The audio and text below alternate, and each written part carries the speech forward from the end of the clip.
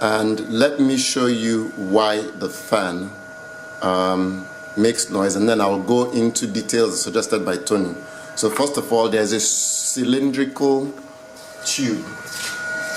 I'm sure you can see it. It starts at the bottom where the fan is and extends all the way to the top of the inverter. That is what the fan cools. If you look, the entire fan, the entire inverter has a heat shield. Sorry, a heat sink. And the heat sink starts from the top all the way to the bottom of the inverter, as you can see it. So, having said that, there is a reason why they are cooling that particular cylindrical tube, and that's what is responsible for the noise. I'm sure ordinarily the fan wouldn't be as noisy, but it's sucking the air from the bottom and pushing it out through the top here. So in addition to cooling with the heat sink, it's also cooling this cylindrical thing here that you see, as you can see, right? Okay, and that's why we have the noise from the fan. So having said that, let's go back. A few days ago, I replaced my Lux Power inverter with the Deye 5 kilowatt inverter. The Deye 5 kilowatt inverter is a pretty impressive piece of kit. In a minute, I'll read to you all the stats that support the reason why I purchased it. Right now, it is operating in open loop.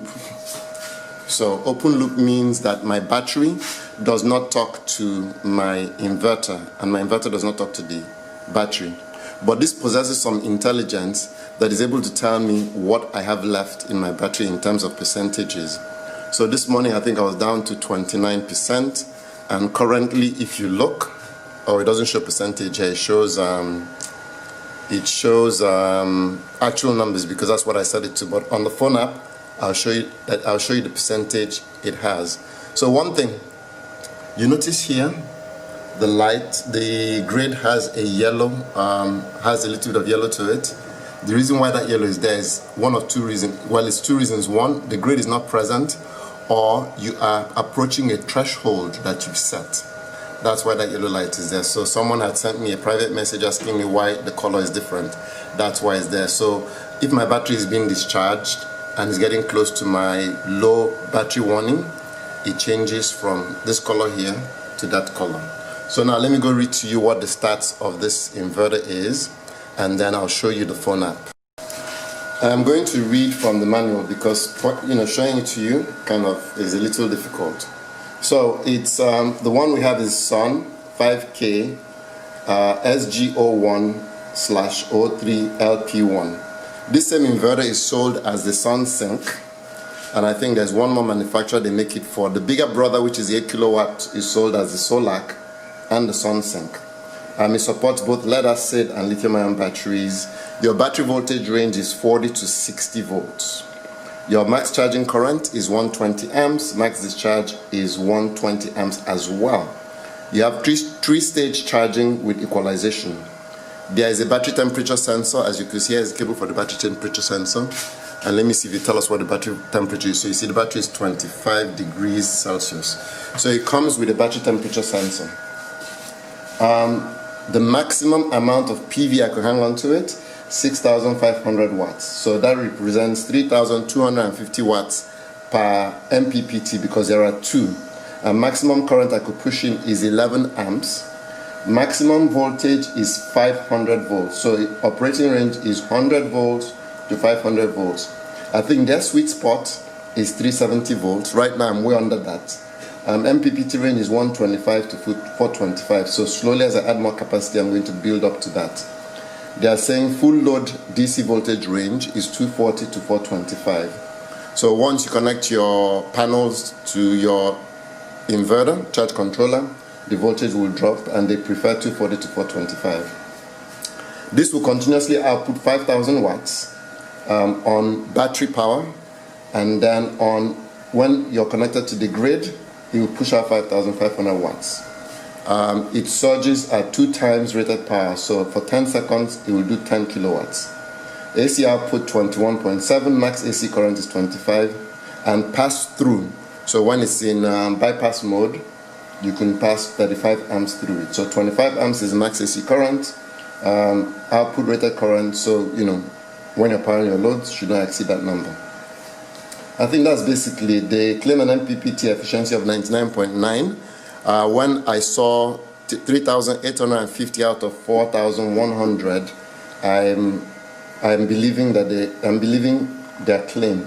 Now the protection, it comes with lightning protection, PV input lightning protection, anti-islanding protection, which is what you see with retired inverter, PV string reverse polarity protection. So if you put the positive on the negative and the negative on the positive, it doesn't blow it up.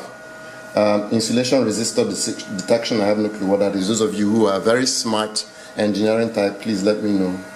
Residual current monitoring unit, output overcurrent protection, I understand that. Output short circuit protection, I understand that. Output over voltage protection, I understand that. Okay, grid regulation, I'm not going to read all that because it means absolutely nothing to me. For those of you who have specific grid regulations, it means something. Those of us in Nigeria, it doesn't mean anything to us, so we don't really give a you know what. Operating temperature 25 to 60 degrees C, and it derates at 45 degrees Celsius. Cooling is fan. The noise, they say a little less than 30 decibels. I tend to believe them. I think it's more than 30 decibels, but you know, this is me using my ear and not a meter. Coming from the LUX power that made no sound, to me this is a bit noisy, but you could understand why it's pushing the air through a tube. The Victron was definitely noisier, and the Schneider was definitely noisier, especially when they were charging. Communication protocol with BMS is RS485 or CAN bus. It weighs 20.5 kg. The 8 kilowatt weighs 35 kg, so that's an extra 15 kg more. That's a lot. So it's IP65, which means I could mount it outside, and they prefer you mount it on the wall. The next I'm going to show you is the phone app, showing what I'm able to read. It's currently connected to the internet, as you could see. That's the Wi-Fi dongle. It has a dedicated on and off switch, which the LUX power didn't have, so I like this. I can turn it on and off, and this here is where I can turn the PV on and off. So PV is on and the inverter is on. So the phone app is called SolarMan. So here it is, SolarMan Pro. So I touch it and it opens, and then it gives you a screen that says plant device. So we'll go to plant first, and then I'll go to device from within the plant. So plant, it shows you the name. I have it set, it says total 1, and then 1 is normal. There are no alerts, there is none that's offline, and then it says right as of when it updated, which was 9:33:59, it's currently 9:40. 9:33:59, it's currently 9:49, so over 10 minutes ago. 9:33, yep, over 10 minutes ago, it was generating 678 watts, and 1 kilowatt hour had been generated. 17.83%, I'm going to guess, is what we're consuming relative to what is generating. I'm guessing. I have no clue. I'll go read the manual and I will explain that in a second. So when that update happened 15 minutes ago, it says updated 15 minutes ago, I was generating 678. My battery is at 42%, and we have 331 watts going into it, and I'm consuming 284 watts. You see that, right? Consumption 284, grid 0.00, generation 678, battery 42%, and that's what I enjoy about this. It actually gives me percentages, and they're pretty close to accurate, at least in my mind anyway. They're pretty close to accurate. So far I've generated 1 kilowatt hours since I installed this inverter, I believe on Thursday, or was it Wednesday? I don't remember anymore. We've generated almost 19 kilowatt hours, and that's what the total number is. And then it shows you your 30% is self-use, 20% is grid, which is incorrect because we're not on the grid, so I have no clue where it's getting that number from. And then 50% is charging. And then daily consumption, 25% of the 1.2 kilowatt hours, 25% is output, 75% is charging. So we're getting okay, daily consumption of 1.2 kilowatt hours. So I guess we discharged 0.9, 75% of it was discharged from the batteries, I guess, and the balance was from our generation. So we can track some of these items here. I can, when I click on them, it shows me a graph to represent the items I want. So at some point today, we're close to 1,000 watts. Not sure you can see that well.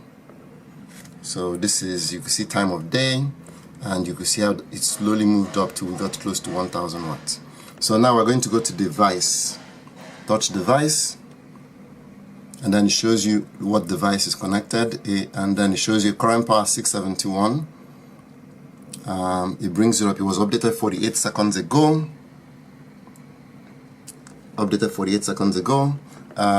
AC output power 671, which corresponds to the 290 plus 381. Those numbers I've repeated to you before, so I don't need to repeat to you again. Voltage of our PV 220 RS. Sorry, no. Let me rephrase that. The 220 is what the inverter is outputting, and then 90 amps at 50 hertz. We're consuming 207.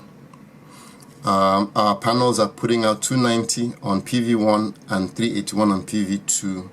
So let's go to our battery. Our consumption voltage is 225, and then active power we're consuming 207 watts, and then here's our battery. We're currently putting 388. The negative number represents an input. Don't ask me why they do it that way, but that's the way they do it. We're putting 7.37 amps, and our battery is at 46%. And then it shows you cumulative energy discharge, blah, blah, blah, blah, blah, blah. I'll show you one last thing, and I'll end the video. So there are different modes you can get this to work for you. So the standard basic mode is a battery, so your solar panels, your load, your grid tied to it, okay? That's the standard. So your inverter, your solar panels, your battery, your load, and then your grid, right? Second mode is you could actually put a wind turbine on this. Yes, a wind turbine. You could actually run a wind turbine on this stuff. It blew my mind when I saw it. So wind turbine, the controller, and then it goes into one of the inputs for solar, and then you go into the menu and you tell it you are running a wind turbine. And then here you can do generator. The generator could work two ways. One, the generator input. So here you have two AC inputs. AC input for the grid and AC input for the generator. Standard. I don't need to get into any detailed explanation. But the smart load is where instead of plugging in a generator, instead of your generator input, you put loads that you want to come on once certain conditions have been met. One, you're generating XYZ in excess of your consumption. Two, your battery voltages are between this range. And when that happens, any load you attach that generator input is powered. So if you have your high power loads like ACs, your hot water heaters, that's where you connect it, and that will automatically activate it. And once the smart load shows on the screen, it says smart load. And then here you can do AC coupling as well. It supports AC coupling. So I'm pretty psyched. There's so many things you could do with this inverter. It's like, I don't know. I was so excited yesterday. I couldn't control myself. So today I'm a little more sane, and I'm actually enjoying this. I'm enjoying the product. So if you have any questions, please post them in the comment section below. I thank you for your suggestions. I'm very excited that I got some of them. I'll explore some of those options you gave me. If you're yet to subscribe, please click the subscribe button, and also don't forget to hit the bell notification icon, so when I upload a video you see it. Once again, thank you for watching, thank you for commenting. This is Dr. Solar coming to you from Lagos, Nigeria.